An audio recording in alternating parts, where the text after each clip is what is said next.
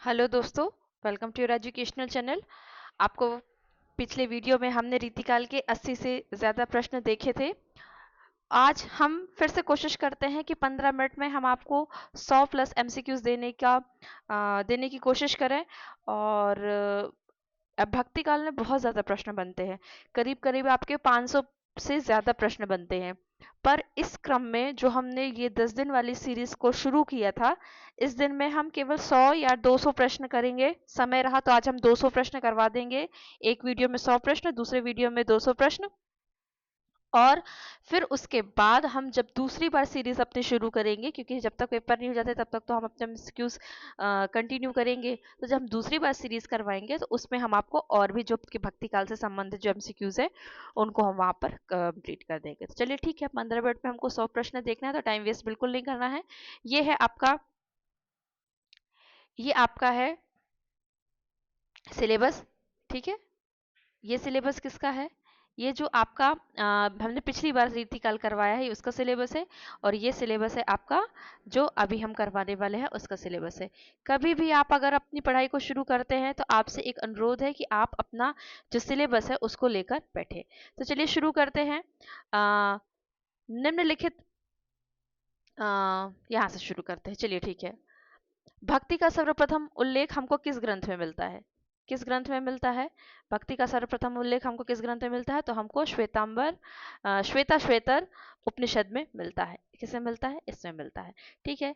ईसवी सन में कितने वर्ष जोड़ने पर हमको विक्रमी संवत बनता है? आप उत्तर पर फोकस मत कीजिए, आप फोकस कीजिए अपने जो एग्जाम्पल दिए हुए वहां पर फोकस कीजिए। तो 57 वर्ष। ठीक है। आगे हम देखते हैं कि जो आपका रामचंद्र शुक्ल ने भक्ति के सीमांकन का निर्धारण कहाँ से कहाँ माना है। जो भक्ति काल है उसका सीमांकन आचार्य रामचंद्र शुक्ल ने कहाँ से कहाँ माना है। तो आपको ये जो सन दिया हुआ है ये किस में दिया हुआ है? ये आपको ईस्वी में दिया हुआ है। ठीक है। और आपको जो आप विक्रम संवत देखते हैं वो कैसे देखते हैं? आप उसमें ईस्वी से 57 प्लस करके जब जोड़ते हैं तब वो आपको आता है। तो आपका उत्तर आएगा ये। ठीक है। आगे हम देखते हैं सगुण भक्ति का मूल कहाँ से माना जाता है। तो उत्तरी भारत, दक्षिणी भारत, पश्चिमी भारत, कहाँ से? तो ये आपको उत्तर आएगा दक्षिण भारत से। जो आलवार संत आए थे वहां से आपका ये माना जाता है। ठीक है। निर्गुण भक्ति का आदि स्रोत। मैंने यहाँ पर उत्तर, मैंने सोचा था पहले उत्तर नहीं दूंगी आपको, लेकिन अगर आपको पीडीएफ अवेलेबल करवानी है तो उत्तर देना जरूरी था, इसलिए मैंने यहाँ पर उत्तर भी मेंशन कर दिया है। निर्गुण भक्ति का आदि स्रोत कौन सा उपनिषद माना जाता है? ठीक है। तो कौन सा आदि स्रोत माना जाता है? श्वेतर उपनिषद, जो कि जिसमें आपके भक्ति का सर्वप्रथम शब्द का उल्लेख था। बीजक के संकलनकर्ता और संपादक कौन है? तो आपको पता होगा कि वो धर्मदास थे। और धर्मदास कौन थे? कबीर के शिष्य थे। ठीक है।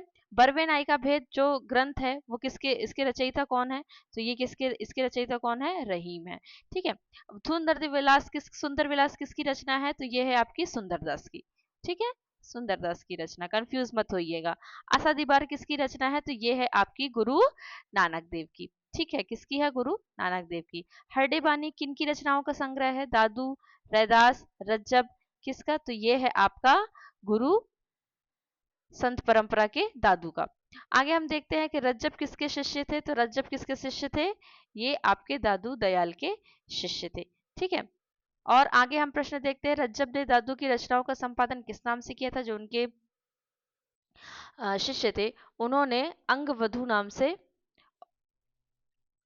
संपादन किया। निर्गुण संत कवियों में सर्वाधिक सुशिक्षित और शास्त्रज्ञ संत कौन थे? तो वो थे आपके सुंदरदास। ठीक है। आगे हम देखते हैं प्रबंधकार की भावुकता का सबसे अधिक पता यह देखने से चलता है कि वह किसी आख्यान के अधिक मर्मस्पर्शी स्थलों को पहचान सका है या नहीं। ये उक्ति है वो किस आलोचक की है? तो ये किसकी है? रामचंद्र शुक्ल की है। ठीक है। आगे हम देखते हैं कि जो तुलसी जगायो जो भक्ति भगायो भोग, ये जो पंक्ति है ये किस कवि की है? तो ये जो है हमारे तुलसीदास की पंक्ति है। ठीक है। किसकी है? ये है तुलसीदास की। आगे हम देखते हैं द्वैतवाद। ठीक है। के संस्थापक कौन थे? सबसे पहले अद्वैतवाद आता है, उसके बाद आता है द्वैतवाद। तो इसके जो संस्थापक थे वो थे मध्वाचार्य। अद्वैत के संपादक कौन थे? शंकराचार्य। ठीक है। आगे हम देखते हैं कबीर तथा अन्य निर्गुण संतों के द्वारा अंतः साधना में रागात्मकता, भक्ति और ज्ञान का योग तो हुआ, पर कर्म की दिशा वही रही जो नाथपंथियों की रही। यह पंक्ति किसकी है? तो ये पंक्ति है भक्ति काल के संबंध में आचार्य रामचंद्र शुक्ल की। आगे हम देखते हैं नामदेव की भक्ति किस प्रकार की थी? सगुण, निगुण, निर्गुण, सरगुण, ये दोनों मिक्स में या कोई नहीं? तो उनकी जो भक्ति थी वो थी निर्गुण और सगुण दोनों मिक्स की थी। ठीक है, आगे हम देखते हैं अहिंसावाद और प्रपत्तिवाद किस संप्रदाय की देन है? तो ये किस संप्रदाय की देन है? वैष्णव संप्रदाय की देन है। आगे हम देखते हैं झिलमिल सगरा झूलत बाकी रही न काहू गोरख अटके, ये इन पंक्तियों के रचयिता कौन है? ये ऑप्शन आपको दिया है, इन पंक्तियों के रचयिता हैं आपके कबीर। ठीक है, आगे हम देखते हैं कि अजगर करे न चाकरी पंथी करे न काज दास मल्लूका कह गई, इसमें तो नाम में ही ऑप्शन दिया हुआ है। ठीक है, रामावत संप्रदाय के संपादक कौन थे? आपको अगर पता होगा, अपने भक्ति काल थोड़ा सा देखा होगा, तो इसके जो संप्रदाय के प्रवर्तक थे वो थे रामानंद। ठीक है, आगे हम देखते हैं कि जो आपका श्री संप्रदाय है, श्री संप्रदाय के जो प्रवर्तक है वो कौन माने जाते हैं? रामानुजाचार्य। ठीक है, आगे हम देखते हैं कि जो रुद्र संप्रदाय है उसके संपादक प्रवर्तक कौन है? तो जो रुद्र संप्रदाय है उसके जो प्रवर्तक हैं वो है विष्णु स्वामी। आगे हम देखते हैं ब्रह्म संप्रदाय, सबको पता है ब्रह्म संप्रदाय मध्वाचार्य। ठीक है, मध्वाचार्य इसके क्या थे? प्रवर्तक थे। आगे हम देखते हैं कि जो संकादी संप्रदाय है, ठीक है, संकादी संप्रदाय के प्रवर्तक कौन थे? तो वो थे आपके निम्बकाचार्य। आगे हम देखते हैं प्रश्न नंबर 29, भक्ति के आद्य आचार्य कौन माने जाते हैं? रामानंद, रामानुजाचार्य, शंकराचार्य और वल्लभाचार्य कौन माने जाते हैं? तो इसमें हम देखेंगे जो आपके रामानुजाचार्य हैं ये भक्ति के आचार्य माने जाते हैं। आगे हम देखते हैं रामानंद के शिष्यों की संख्या कितनी मानी जाती है? मोस्ट इंपॉर्टेंट पूछा जा सकता है, तो इनकी संख्या मानी जाती है 12। ठीक है, 12 मानी जाती है। आगे हम देखते हैं कि रामानुज के गुरु का नाम क्या था? रामानुज के उस गुरु का नाम क्या था? तो कांचीपूर्ण। ठीक है, आगे शुद्ध अद्वैतवाद के प्रतिपादक दार्शनिक ग्रंथ कौन से? सूर सागर नहीं, बीजक नहीं, रामायण नहीं, उत्तर मीमांसा। ठीक है, उत्तर मीमांसा आपका सही उत्तर होगा। आगे हम देखते हैं योग साधना के जो प्रवर्तक हैं, अगर हम योग की बात करें तो हमें सबसे पहले किसका नाम आता है? गोरखनाथ का। ठीक है, लेकिन इस ऑप्शन के थ्रू अगर हम देखें तो योग साधना के जो गुरु हैं वो कौन है? शिव है। ठीक है, और अगर यहाँ ऑप्शन नहीं हो तो आप नाथ संप्रदाय में गोरखनाथ को लगा सकते हैं। आलवार संतों की संख्या कितनी है? 12। ठीक है, ये तो मौखिक, बिल्कुल कुछ चीजें तो आपको बिल्कुल मुंह पे रटी होनी चाहिए। आगे हम देखते हैं विशिष्ट अद्वैतवाद के प्रवर्तक कौन है? रामानुज, रामानंद, शंकराचार्य, मध्वाचार्य। तो इसका ऑप्शन होगा आपका रामानुज। आगे हम देखते हैं, आप पॉज कर लीजिए, फिर अपने आप अपना, जैसे आपने प्रश्न देखा, अगर प्रश्न से डायरेक्ट आपको आंसर बनता है तो बहुत अच्छी बात है, नहीं बनता तो आप ऑप्शन देख लीजिए। वैसे कोशिश कीजिए कि जैसे आपने पढ़ा 35 विशिष्टाद्वैत के प्रवर्तक कौन है, आपको जल्दी से याद आना चाहिए कि रामानुज। मध्ययुगीन राम काम परंपरा के जो अंतिम राम भक्त कवि थे वो कौन? ये जो राम राम काव्य परंपरा है इसके लिए बहुत बढ़िया प्रश्न है, तो इसका जो उत्तर आएगा आपका विश्वनाथ। ठीक है, क्या आएगा आपका? विश्वनाथ। आगे हम देखते हैं, आगे हम देखते हैं शुद्धाद्वैतवाद के प्रवर्तक कौन है? ठीक है, शुद्धाद्वैत, शुद्धाद्वैत हम किस में देखते हैं? वल्लभाचार्य में। ठीक है, तो कौन है इसके? वल्लभाचार्य। आगे हम देखते हैं कि जो आपका निम्न में से कौन रामानंद के शिष्य नहीं है? तो रामानंद के 12 शिष्य थे, 12 शिष्यों के नाम आपको पता होना चाहिए। ठीक है, तो इसमें कौन नहीं है? तो ये इसमें दादू नहीं है। ठीक है,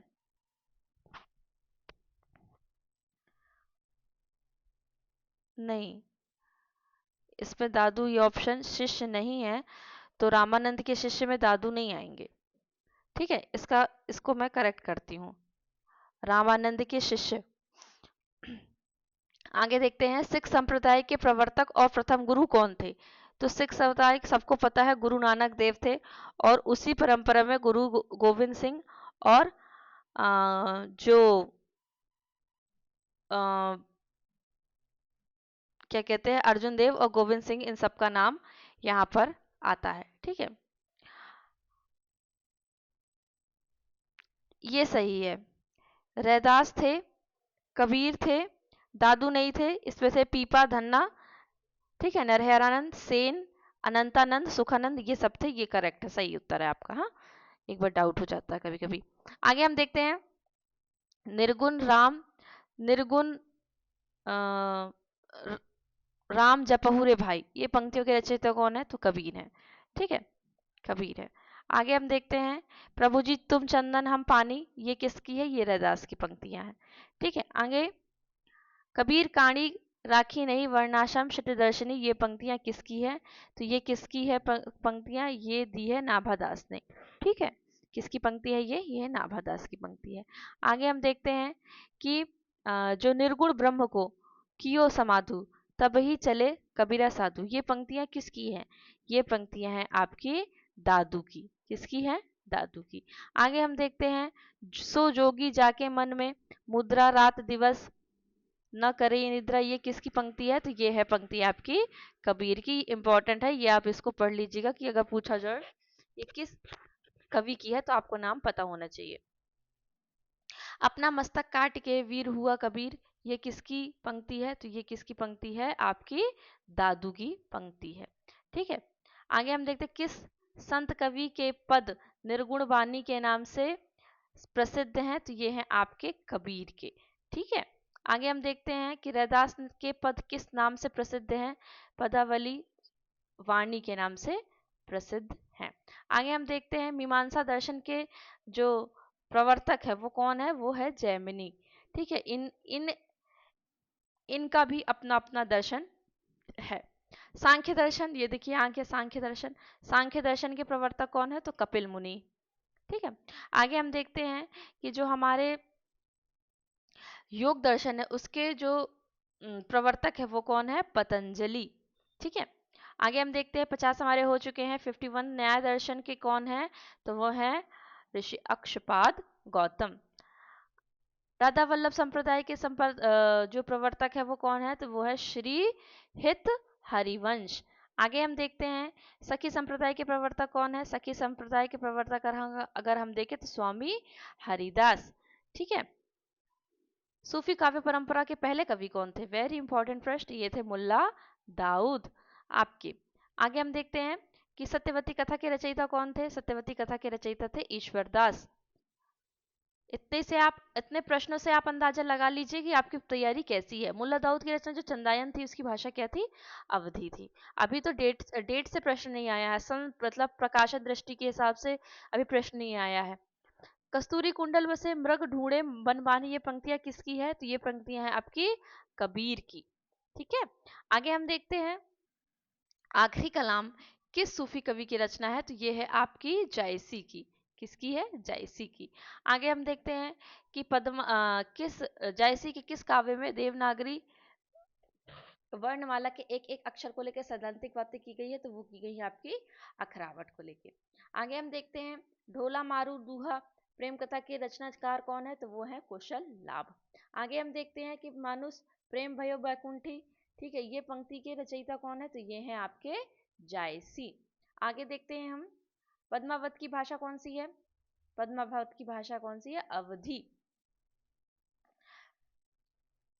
हंस जवाहिर नूर मोहम्मद, ठीक है, इसकी रचना कौन है? नूर मोहम्मद।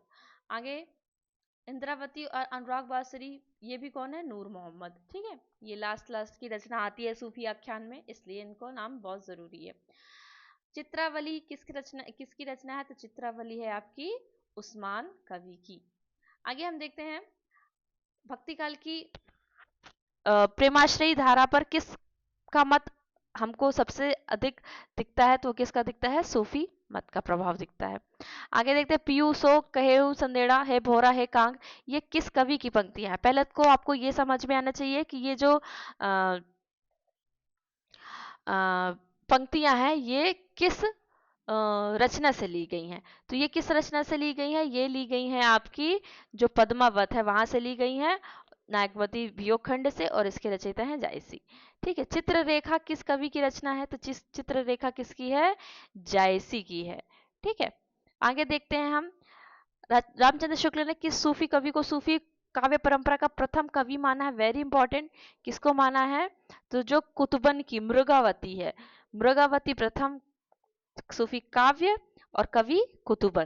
ठीक है, आगे आप देखते हैं कि जो आपका डॉक्टर राम कुमार वर्मा ने किसको सूफी काव्य का प्रथम माना, अभी तो आचार्य रामचंद्र शुक्ल ने माना था, इन्होंने किसको माना है, तो इन्होंने माना है मुल्ला दाऊद को, जिनकी रचना कौन सी है, चंदायन। मृगावती किस सूफी कवि की काव्य रचना है, किस सूफी कवि की काव्य रचना है मृगावती, तो मृगावती है आपकी कुतुबन की, ये अभी हमने देख लिया। मधुमालती की रचयिता कौन है, मंझन है। ठीक है, ये बहुत इजी है। पद्मनी चरित्र, हाँ ये देखते हैं इसके रचयिता कौन है, तो इसके रचयिता जो है वो है लालचंद। आगे देखते हैं, तब घर में बैठे नाहिन हाट बाजार मधुमालती मृगावती पोथी, ये जो पंक्तियां हैं वो किसकी हैं, तो ये है आपकी बनारसी दास जैन की। ठीक है, किसकी है, बनारसी दास जैन की। आगे हम देखते हैं, विक्रम धनसा प्रेम के बारा, ये पंक्तियां किसकी हैं, तो ये पंक्तियां हैं आपकी जायसी की। ठीक है, आगे देख रहे हैं हम, रुक्मणी रुक्मिणी पुनि वैसे ही मरी गई। ठीक है, ये पंक्तियों के रचयिता कौन है, तो इन पंक्तियों के रचयिता हैं कुतुबन। ये पंक्तियां पूछी जाती हैं इसलिए आपको यहाँ पर दिया हुआ है। आगे हम देखते हैं, बलनदीप देखा अंग्रेजा वहां जाई जही कठिन करेजा, ये पंक्तियों के रचयिता कौन है, इन पंक्तियों के रचयिता है उस्मान, कौन है, उस्मान। आगे हम देखेंगे, जानत है वह सिरजनहारा जो कछु मरम हमारे तिंदु मग पर पान राख्यो, ये रचना किसकी है, वेरी इंपॉर्टेंट, कई बार पूछ चुका है, नूर मोहम्मद की है। तन चित्यूर मन राजा कीन्हा, ये दोहा चौपाई शैली में दिख रहा है और ये है आपकी जायसी की रचना। ठीक है, जायसी की पंक्तियां हैं ये। अब हम देखते हैं यहाँ पर, कबीर ने अपनी झाड़ फटकार के द्वारा हिंदुओं और मुसलमानों का कट्टरपन दूर करने का जो प्रयत्न किया, ठीक है, ये जो है वह अधिकतर चिढ़ाने वाला सिद्ध हुआ। ठीक है, ये किसकी पंक्तियां हैं, ये आचार्य रामचंद्र शुक्ल की कबीर के प्रति हैं। ठीक है, माधव नाल काम कंदला के रचयिता कौन है, ये आपकी वेरी इंपॉर्टेंट, क्योंकि ये दो में आता है और ये सूफी, जो हमारा सूफी है, सूफी के अंतर्गत ये आता है। ठीक है, तो इसमें आप देखेंगे माधव नल काम कंदला, ये आपको रीति काल में भी मिलता है। आपको आपका टाइम 80 प्लस आपके क्वेश्चन हो गए हैं, लेकिन आपके भी 100 क्वेश्चन नहीं हुए हैं, तो हम कोशिश करेंगे कि जो आपका 5 मिनट और लेंगे और 5 मिनट बाद आपको हम यहाँ पर आपका कंप्लीट कर देंगे। ठीक है, आगे हम देखते हैं, हिंदी की साहित्यिक की पीठिका की इसके रचनाकार कौन है, तो इनके हैं राजबली पांडे। ठीक है, आगे हम देखेंगे कि रस रतन के रचयिता कौन है, पुहकर कवि, कौन है, पुहकर कवि। 84 में देखते हैं हम, नल दमयंती किसकी है, नल दमयंती है आपकी नरपति व्यास की, किसकी है, नरपति व्यास की। आगे 85 में देखें, नल चरित्र प्रेमाख्यान, ठीक है, ये किसकी है, मुकुंद सिंह की है। 86 में देखते हैं, छिताई वार्ता जो कि कल्पना और इतिहास का अद्वितीय ग्रंथ है, इसके रचनाकार कौन है, तो छिताई वार्ता किसने लिखी है, आपकी नारायण दास ने लिखी है। और इसके बारे में एक विशेषता ये है कि जब जब सूफी आख्यान पढ़ेंगे तो कुछ कवि आपको ऐसे मिलेंगे कि जो मुसलमान नहीं है, उनमें से एक नारायण दास है। कहरनामा किसकी रचना है, जायसी की रचना है। ठीक है, जायसी किस सूफी फकीर के शिष्य थे, वेरी इंपॉर्टेंट, तो शेख मोहिदी। ठीक है, आगे ईश्वर का विरह ही किस भक्त के भक्तों ईश्वर का विरह ही किस मत के भक्तों की प्रधान संपत्ति है, तो वो इसमें है सूफी मत में। आगे सुजान किस प्रेमाख्यान काव्य का नायक है, किस